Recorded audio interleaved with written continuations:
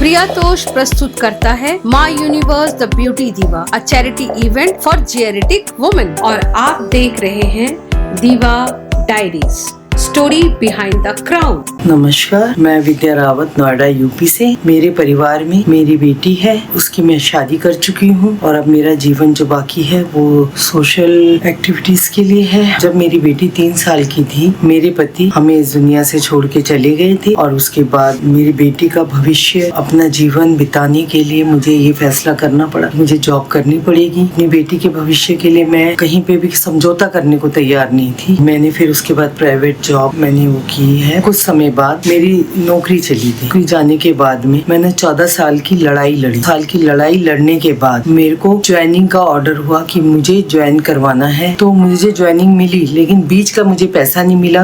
वो 14 साल का पैसे के लिए मैंने दोबारा केस डाला। 15 साल जॉब करने के बाद मैं रिटायर हो चुकी हूँ। उसके बाद में अभी 1 साल हो चुका है जो हाई कोर्ट इलाहाबाद से ऑर्डर हो चुका है कि मुझे मेरा पैसा दिया जाए, लेकिन अभी भी मुझे डीएलसी है, उसमें केस है, अभी वो क्लियर नहीं हुआ है। मेरा पैसा मुझे मिला नहीं है। बाकी मेरे पर्यावरण से विशेष लगाव है, काम करते ही रहते हैं कि लोगों को भी समझाते हैं पॉलिथीन यूज ना करें, घर से कपड़े के झोले लेके आए, झोलों में ही अपना सामान लें, क्योंकि कागज के लिफाफे भी इस्तेमाल ना करें। कागज के लिफाफे भी पेड़ों को काट के बनते हैं, एक दिन पेड़ भी खत्म हो जाएंगे और उसके बाद में हमारे पास फिर हम क्या करें। इससे अच्छा हम पहले ही अपनी आदत में डालें कि हम कपड़े के झोले इस्तेमाल। जो प्लास्टिक पॉलिथीन होते हैं, चिप्स के रैपर, बिस्किट के रैपर, चॉकलेट टॉफीज के रैपर, उनकी कटिंग करके बोतलों में उनमें भरते हैं। कोला की बोतल होगी, फैंटा या फिर पानी की बोतल हो गई, कोई भी बोतलें हो, उनमें भर देते हैं। उनको टाइट करके वो ईंट की तरह मजबूत हो जाती है और उसकी फिर हम इको ब्रिक्स बना देते हैं। वो इको ब्रिक्स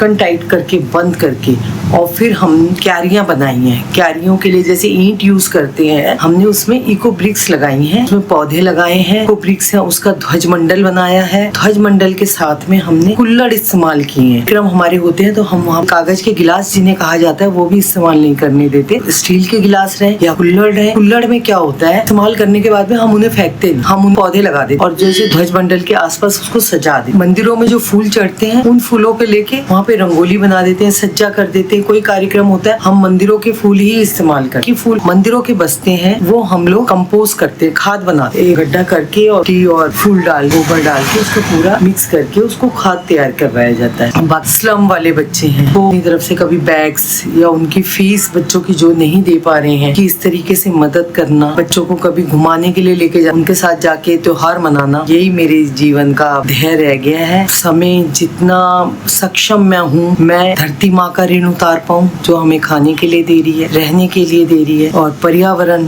पेड़ पौधे जिनसे हम सांस ले रहे हैं, उनके लिए हम ऋण उतार पाए और राष्ट्र हित में जो हम समाज के लिए कर पाए, उसके लिए अपने आप को धन्य मानूंगी कि हम थोड़ा सा भी बच्चों को संस्कार और संस्कृति के बारे में बता पाऊँ। बबीता विश्वास जी का बहुत बहुत धन्यवाद करती हूँ उनके प्रयास के लिए कि वो ऐसी महिलाओं को आगे ले जाके उनके लिए ऐसा सोच रही हैं कि भाई वो लोग अपने आप को पूरा गर्व महसूस करें। बहुत बहुत धन्यवाद। भारत माता की जय, वंदे मातरम। नमस्कार, मैं डॉक्टर बबीता विश्वास, माय यूनिवर्स द ब्यूटी दीवा की कंसेप्चुलाइजर और क्रिएटर। इस तरह की और भी वीडियोस को देखने के लिए हमारे चैनल को सब्सक्राइब कीजिए और बेल नोटिफिकेशन को भी क्लिक कीजिए, ताकि आने वाले और भी वीडियोस की नोटिफिकेशन सबसे पहले आप तक पहुंचे। और हमें सपोर्ट कीजिए इस तरह के वीडियोस को लाइक और कमेंट करके, क्योंकि हम करने जा रहे हैं एक ब्यूटी प्लेजेंट जो कि जेरिटिक लेडीज़ के लिए है। जी हाँ, इस प्लेटफॉर्म में सभी माँओं को सम्मान दिया जाए। मुझे दीजिए इजाज़त। अल्लाह हाफिज, नमस्कार, बाय और धन्यवाद।